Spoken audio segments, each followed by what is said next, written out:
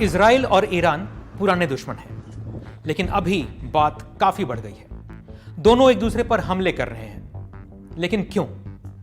अभी क्या हुआ है? संकट की जड़ क्या है और इस संकट में अमेरिका की क्या भूमिका है? यही है आज अपूर्व एक्सप्लेनर के बड़े सवाल। स्वागत है आपका, मैं हूं अपूर्व कृष्ण। ईरान और इजराइल के बीच पिछले कुछ दिनों से लगातार कुछ ना कुछ हो रहा है और शायद अभी यह सब चलता रहेगा। लेकिन अभी जो हो रहा है वो एक पुराने विवाद की वजह से हो रहा है। क्या है वो? न्यूक्लियर पावर, परमाणु शक्ति। इस सारे विवाद की जड़ में यही है। ईरान परमाणु ऊर्जा से बिजली बनाना चाहता है जिससे उसकी बिजली की जरूरतें पूरी हो सकें। लेकिन मुश्किल यह है कि जिस टेक्नोलॉजी से परमाणु बिजली बनती है उसी से परमाणु बम भी बन सकता है।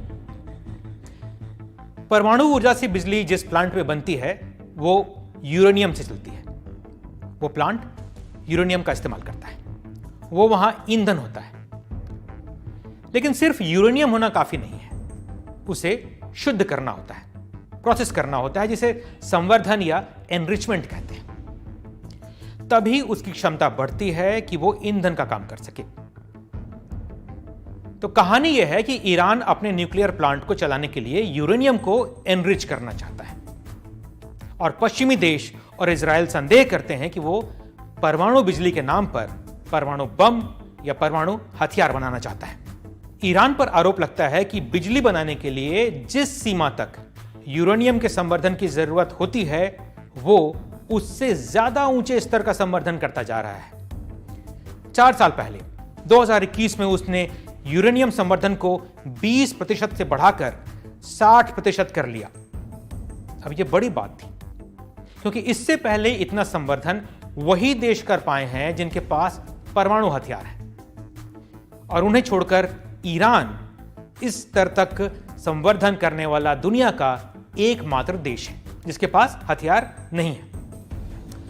और इसलिए चिंता जताई जाती है कि अब उसकी टेक्नोलॉजी इतनी उन्नत हो गई है कि वो चाहे तो आराम से 90% तक संवर्धन कर सकता है और परमाणु हथियार बना सकता है।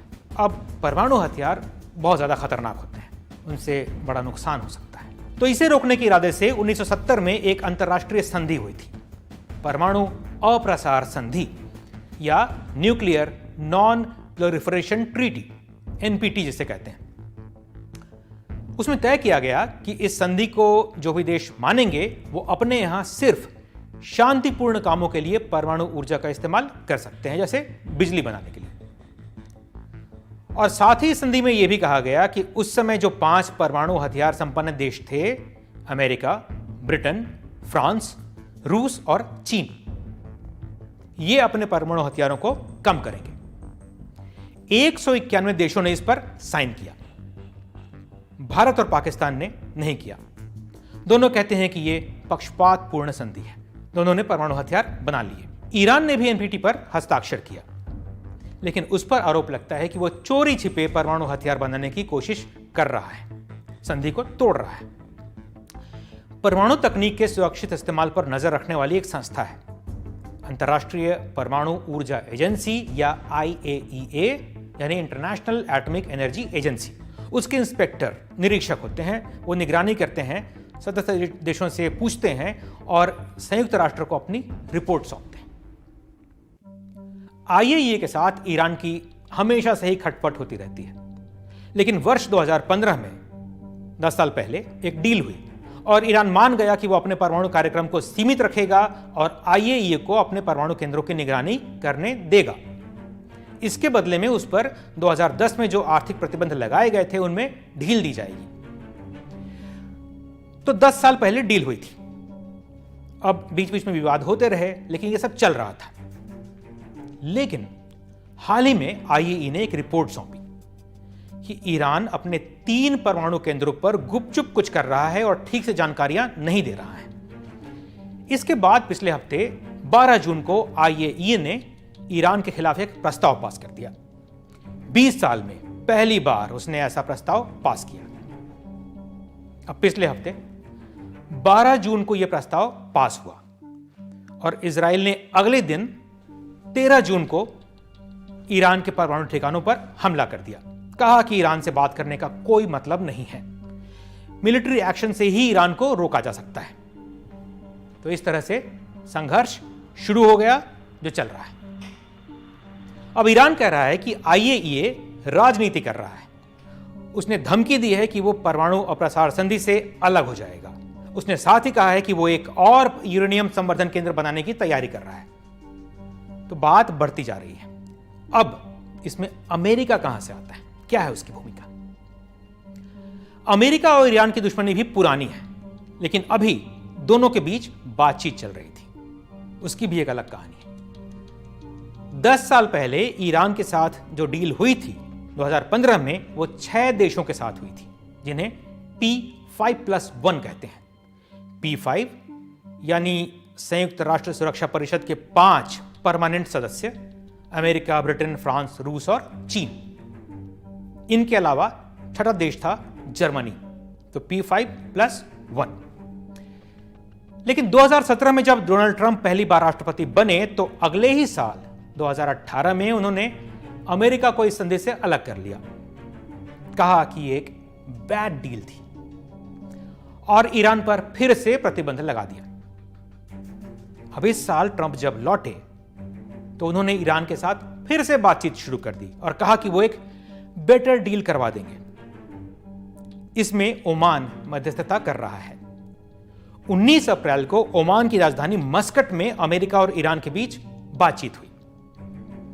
अप्रैल से लेकर अब तक 5 राउंड की बातचीत हो चुकी है। छठे दौर की वार्ता 15 जून को होनी थी, लेकिन वो अब रद्द हो चुकी है क्योंकि लड़ाई चल रही है। लेकिन इजराइल को ईरान से बात शुरू करने का ट्रंप का यह फैसला अच्छा नहीं लगा था।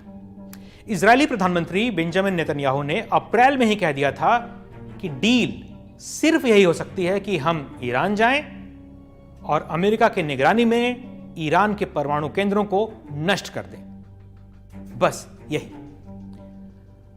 अब अमेरिका ईरान के साथ जो वार्ताएं कर रहा है, उसमें वो ईरान से कह रहा है कि उससे इससे परेशानी नहीं है कि ईरान परमाणु ऊर्जा बनाए, लेकिन वो यूरेनियम का संवर्धन कुछ समय तक करता रहे, जिससे उसके बिजली घर चलते रहें, और उसके बाद कुछ देशों का एक संगठन बनाया जाए जिसमें अरब देश और अमेरिका होंगे, और वो ईरान को उसके परमाणु बिजली घरों को चलाने के लिए यूरेनियम देते रहेंगे।